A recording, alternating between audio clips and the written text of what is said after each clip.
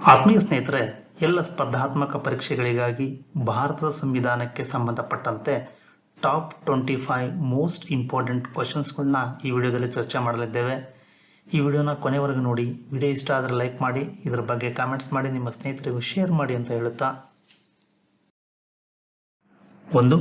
ರಾಜ್ಯಸಭೆಗೆ ಲೋಕಸಭೆಗಿಂತ ಅಧಿಕ ಅಧಿಕಾರ ಇರುವುದು ಈ ಸಂದರ್ಭದಲ್ಲಿ. ಇದಕ್ಕೆ ಸರಿ ಉತ್ತರ ಆಯ್ಕೆ ಸಿ, ನೂತನ ಅಖಿಲ ಭಾರತ ಸೇವೆಗಳ ಸ್ಥಾಪನೆ. ಸಂವಿಧಾನದ 312ನೇ ವಿಧಿ ಪ್ರಕಾರ ರಾಷ್ಟ್ರದ ಹಿತಾಸಕ್ತಿ ದೃಷ್ಟಿಯಿಂದ ಹೊಸ ಅಖಿಲ ಭಾರತ ಸೇವೆಗಳನ್ನು ರಚಿಸುವಂತೆ ಸಂಸತ್ತಿಗೆ ಶಿಫಾರಸು ಮಾಡುವ ವಿಶೇಷ ಅಧಿಕಾರ ರಾಜ್ಯಸಭೆಗಿದೆ. 2. ಈ ಕೆಳಗಿನ ಅನುಸೂಚಿಗಳನ್ನು ಪರಿಗಣಿಸಿ. 3ನೇ ಅನುಸೂಚಿ ರಾಜ್ಯಸಭೆಗೆ ಸ್ಥಾನಗಳ ಹಂಚಿಕೆ. 4ನೇ ಅನುಸೂಚಿ ಪ್ರಮಾಣ ಸ್ವೀಕಾರ ಅಥವಾ ಸತ್ಯವಚನದ ನಮೂನೆ. ಸಿ 7ನೇ ಅನುಸೂಚಿ ಕೇಂದ್ರ ಪಟ್ಟಿ, ರಾಜ್ಯ ಪಟ್ಟಿ ಮತ್ತು ಸಮವರ್ತಿ ಪಟ್ಟಿ. ಡಿ 8ನೇ ಅನುಸೂಚಿ ಭಾಷೆ. ಮೇಲಿನವುಗಳಲ್ಲಿ ಯಾವುವು ಸರಿಯಾಗಿದೆ? ಇದಕ್ಕೆ ಸರಿ ಉತ್ತರ ಆಯ್ಕೆ 1, ಸಿ ಮತ್ತು ಡಿ. 7ನೇ ಅನುಸೂಚಿ ಹಾಗೂ ಡಿ 8ನೇ ಅನುಸೂಚಿ ಇವೆರಡು ಮಾತ್ರ ಸರಿಯಾಗಿದೆ.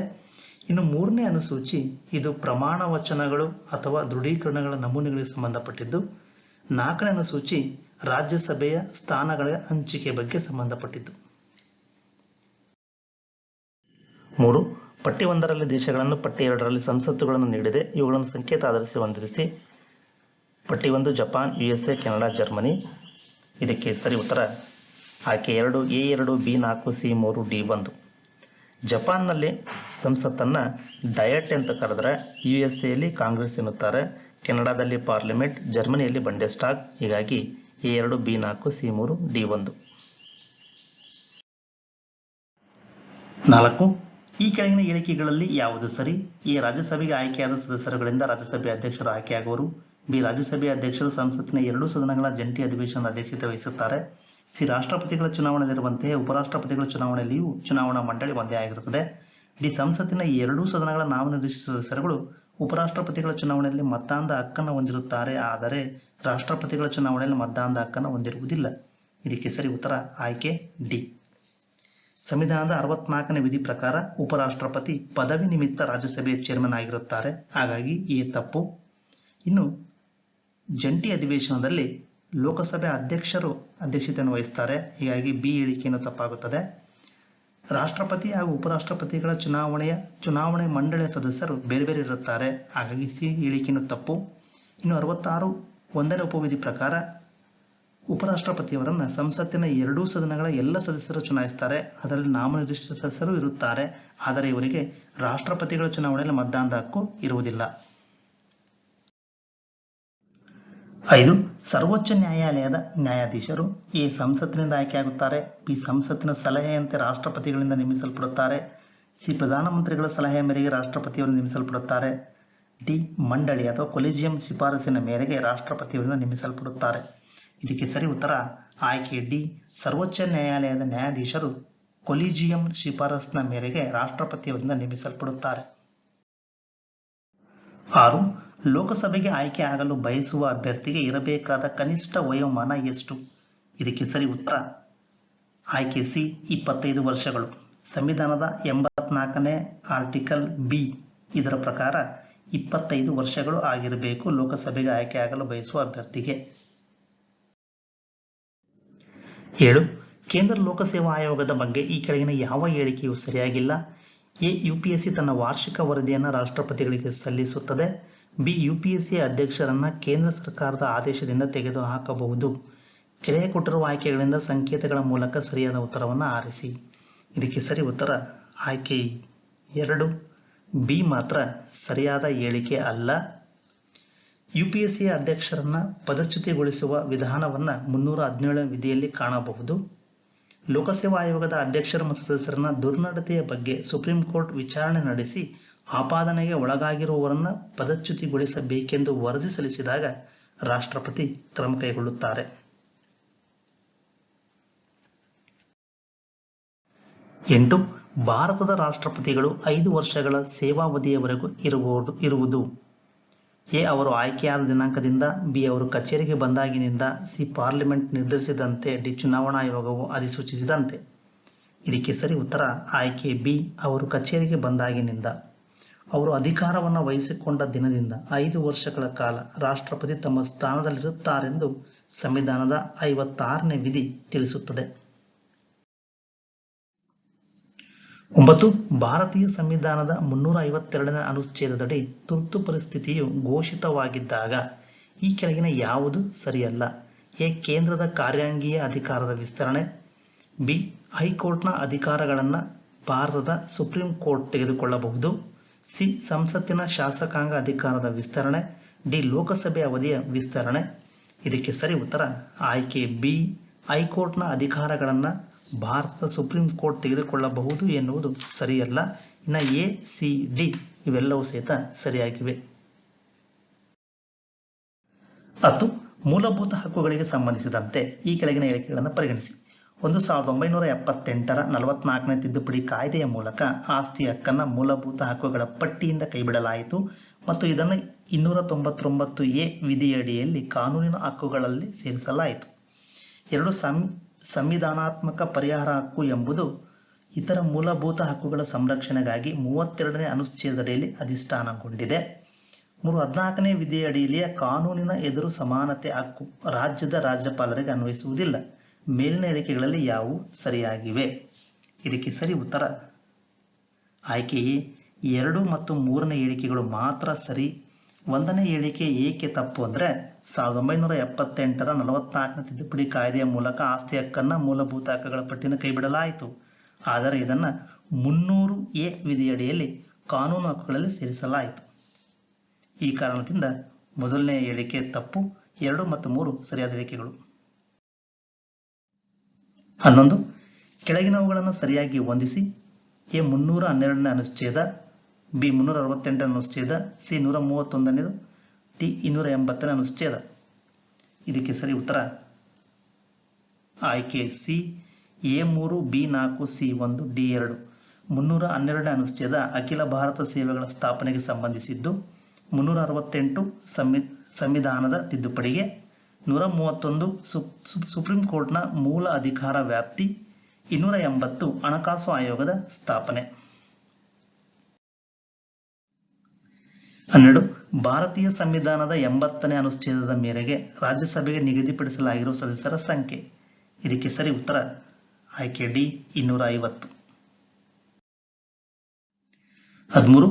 ಒಬ್ಬ ಸಾರ್ವಜನಿಕ ನೌಕರನು ಸಾರ್ವಜನಿಕ ಕರ್ತವ್ಯಗಳನ್ನು ಮಾಡಲು ವಿಫಲನಾದಲ್ಲಿ ಈ ಕೆಳಗಿನ ಯಾವ ರಿಟ್ಟನ್ನು ನ್ಯಾಯಾಲಯವು ಜಾರಿ ಮಾಡಬಹುದು? ಇದಕ್ಕೆ ಸರಿ ಉತ್ತರ ಆಯ್ಕೆ ಸಿ ರಿಟ್ ಆಫ್ ಮ್ಯಾಂಡಮಸ್ ಅನ್ನು ಜಾರಿ ಮಾಡಬಹುದು. 14. 322ನೇ ಕಲಮಿನ ಮೇರೆಗೆ ಕೇಂದ್ರ ಲೋಕಸೇವಾ ಆಯೋಗದ ಎಲ್ಲ ವೆಚ್ಚಗಳು ಇದರಿಂದ ಭರಿಸಲ್ಪಡುತ್ತದೆ.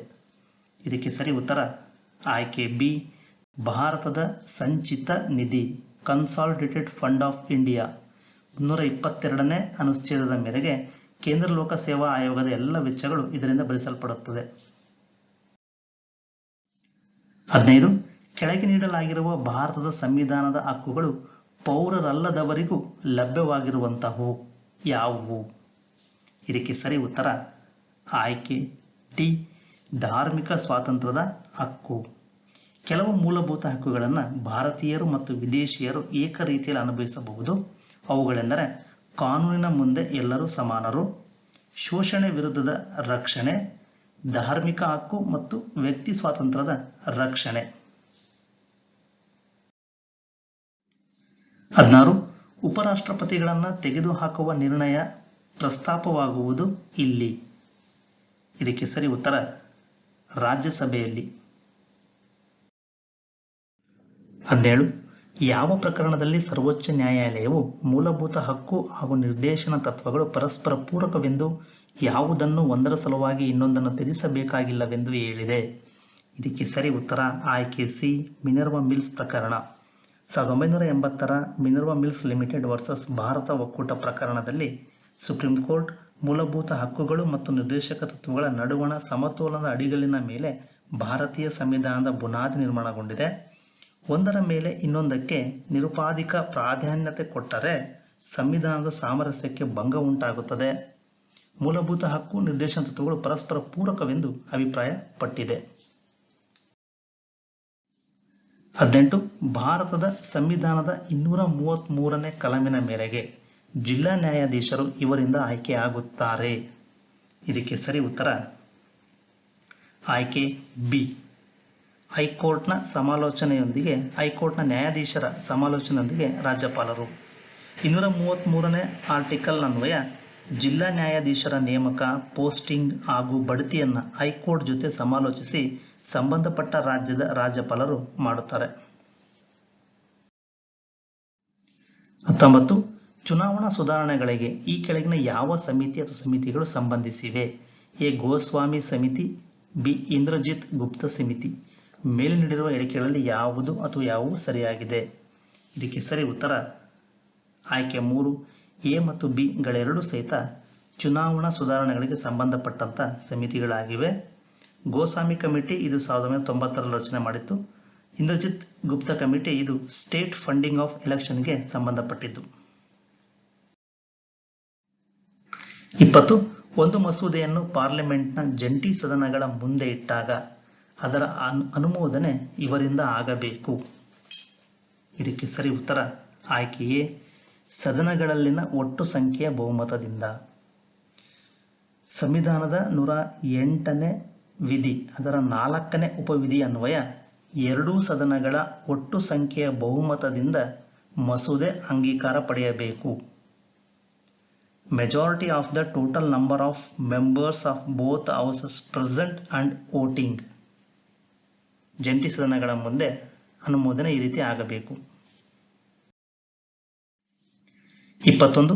ಕೆಳಗಿನವುಗಳಲ್ಲಿ ಯಾವುದು ಹೆಚ್ಚಿನ ಸಂವಿಧಾನಾತ್ಮಕ ಕಾಯವಾಗಿದೆ? Extra constitutional body. ಇದಕ್ಕೆ ಸರಿ ಉತ್ತರ ಆಯ್ಕೆ ಡಿ. ನೀತಿ ಆಯೋಗ. ಹೆಚ್ಚುವರಿ ಸಾಂವಿಧಾನಿಕ ಸಂಸ್ಥೆ ಅಂದರೆ ಸರ್ಕಾರದ ಒಂದು ಸಂಸ್ಥೆ ಆಗಿರುತ್ತದೆ, ಆದರೆ ಅದನ್ನು ಭಾರತದ ಸಂವಿಧಾನದಲ್ಲಿ ವ್ಯಾಖ್ಯಾನಿಸಲಾಗಿರುವುದಿಲ್ಲ. ಕೇಂದ್ರ ಕ್ಯಾಬಿನೆಟ್ನ ನಿರ್ಧಾರದ ಮೂಲಕ ಅದನ್ನು ಸ್ಥಾಪಿಸಲಾಗುತ್ತದೆ. 22. ಭಾರತದ ರಾಜ್ಯದ ರಾಜ್ಯಪಾಲರಿಗೆ ಸಂಬಂಧಿಸಿದಂತೆ ಈ ಹೇಳಿಕೆಗಳನ್ನು ಪರಿಗಣಿಸಿ. ಎ. ರಾಜ್ಯಪಾಲರಾಗಿ ನೇಮಕವಾಗುವವರಿಗೆ 45 ವರ್ಷಗಳು ಪೂರ್ಣವಾಗಿರಬೇಕು. ಬಿ. ರಾಷ್ಟ್ರಪತಿಗಳ ಇಚ್ಛೆಯ ಮೇರೆಗೆ ರಾಜ್ಯಪಾಲರು ಅಧಿಕಾರದಲ್ಲಿರುತ್ತಾರೆ. ಸಿ. 5 ವರ್ಷದ ಅವಧಿ ಪೂರ್ಣವಾದ ಮೇಲೆ ರಾಜ್ಯಪಾಲರು ತಮ್ಮ ಹುದ್ದೆಯಲ್ಲಿ ಉತ್ತರಾಧಿಕಾರಿ ಬರದಿದ್ದರೂ ಮುಂದುವರಿಯುವಂತಿಲ್ಲ. ಡಿ. ರಾಜ್ಯದ ಕಾರ್ಯನಿರ್ವಹಣಾಧಿಕಾರವು ರಾಜ್ಯಪಾಲರದ್ದು. ಮೇಲಿನ ಹೇಳಿಕೆಗಳಲ್ಲಿ ಯಾವ ಹೇಳಿಕೆಗಳು ಸರಿ? ಇದಕ್ಕೆ ಸರಿ ಉತ್ತರ ಆಯ್ಕೆ 4. ಬಿ ಮತ್ತು ಡಿಗಳು ಮಾತ್ರ ಸರಿಯಾದ ಹೇಳಿಕೆಗಳು. ಸಂವಿಧಾನದ 157ನೇ ವಿಧಿ ಅನ್ವಯ ರಾಜ್ಯಪಾಲರ ಹುದ್ದೆಗೆ ನೇಮಕವಾಗುವ ಭಾರತದ ಪ್ರಜೆಗೆ 35 ವರ್ಷಗಳು ಪೂರ್ಣವಾಗಿರಬೇಕು. 156ನೇ ವಿಧಿಯ ಪ್ರಕಾರ ಅದರ 1ನೇ ಉಪವಿಧಿ ಪ್ರಕಾರ ರಾಷ್ಟ್ರಪತಿ ಇಷ್ಟಪಡುವವರೆಗೂ ಅವರು ಅಧಿಕಾರದಲ್ಲಿರಬಹುದು. ಅದರ 3ನೇ ಉಪವಿಧಿ ಪ್ರಕಾರ 5 ವರ್ಷದ ಅವಧಿ ಮುಗಿದರೂ ತಮ್ಮ ಉತ್ತರಾಧಿಕಾರಿ ಅಧಿಕಾರ ವಹಿಸಿಕೊಳ್ಳುವವರೆಗೂ ಅಧಿಕಾರದಲ್ಲಿ ಮುಂದುವರಿಯಬಹುದು. ಹೀಗಾಗಿ ಬಿ ಮತ್ತು ಡಿಗಳು ಮಾತ್ರ ಸರಿಯಾದ ಹೇಳಿಕೆಗಳು. ಎ ಮತ್ತು ಸಿ ತಪ್ಪಾದ ಹೇಳಿಕೆಗಳು. 23. ಪಟ್ಟಿ 1 ಮತ್ತು ಪಟ್ಟಿ 2 ಹೊಂದಿಸಿ ಸಂಕೇತವನ್ನು ಆಧರಿಸಿ ಹೊಂದಿಸಿರಿ. ಪಟ್ಟಿ 1ರಲ್ಲಿ ಕೇಂದ್ರ ಪಟ್ಟಿ, ರಾಜ್ಯ ಪಟ್ಟಿ, ಸಹವರ್ತಿ ಪಟ್ಟಿ, ಶೇಷಾತ್ಮಕ ಅಧಿಕಾರ ನೀಡಲಾಗಿದೆ. ಅದಕ್ಕೆ ಸಂಬಂಧಪಟ್ಟಂತ ವಿಷಯಗಳನ್ನ ಪಟ್ಟಿ 2ರಲ್ಲಿ ನೀಡಲಾಗಿದೆ. ಅವುಗಳನ್ನ ಹೊಂದಿಸಿದಾಗ ಸರಿ ಉತ್ತರ ಆಯ್ಕೆ 3. A3, B2, C1, D4. ಕೇಂದ್ರ ಪಟ್ಟಿ ಬ್ಯಾಂಕಿಂಗ್, ರಾಜ್ಯ ಪಟ್ಟಿ ಕೃಷಿ, ಸಹವರ್ತಿ ಪಟ್ಟಿ ಶಿಕ್ಷಣ, ಶೇಷಾತ್ಮಕ ಅಧಿಕಾರ ಸೈಬರ್ ಭದ್ರತೆ. 24. ಈ ಹೇಳಿಕೆಗಳನ್ನು ಗಮನಿಸಿ. ಎ. ಮೂಲಭೂತ ಹಕ್ಕುಗಳು ಸಮರ್ಥನೀಯ. ಬಿ. ಮೂಲಭೂತ ಕರ್ತವ್ಯಗಳು ಸಮರ್ಥನೀಯ ಅಲ್ಲ. ಮೇಲಿನ ಯಾವ ಹೇಳಿಕೆ ಅಥವಾ ಹೇಳಿಕೆಗಳು ಸರಿ? ಇದಕ್ಕೆ ಸರಿ ಉತ್ತರ ಆಯ್ಕೆ 1. ಎ ಮಾತ್ರ ಸರಿಯಾಗಿದೆ. 25. ಲೋಕಸಭೆ ಸ್ಪೀಕರ್ ಸಭಾಧ್ಯಕ್ಷರು ಇವರು ತಮ್ಮ ರಾಜೀನಾಮೆ ಪತ್ರವನ್ನು ಇವರಿಗೆ ಸಲ್ಲಿಸಬೇಕು. ಇದಕ್ಕೆ ಸರಿ ಉತ್ತರ ಆಯ್ಕೆ ಬಿ. ಲೋಕಸಭೆಯ ಉಪಸಭಾಪತಿಗಳು. ಆರ್ಟಿಕಲ್ 94 ಎ ಪ್ರಕಾರ ಸ್ಪೀಕರ್ ತಮ್ಮ ರಾಜೀನಾಮೆ ಪತ್ರವನ್ನು ಡೆಪ್ಯೂಟಿ ಸ್ಪೀಕರ್ಗೆ ಸಲ್ಲಿಸಿ ರಾಜೀನಾಮೆ ಕೊಡಬಹುದು. ಆದ್ಮೇಲೆ ಇದುವರೆಗೂ ನಮ್ಮ ವಿಡಿಯೋ ನೋಡಿದ್ದಕ್ಕಾಗಿ ಧನ್ಯವಾದಗಳು. ಮತ್ತೆ ಮುಂದಿನ ವಿಡಿಯೋ ಮತ್ತೊಮ್ಮೆ ಧನ್ಯವಾದಗಳು.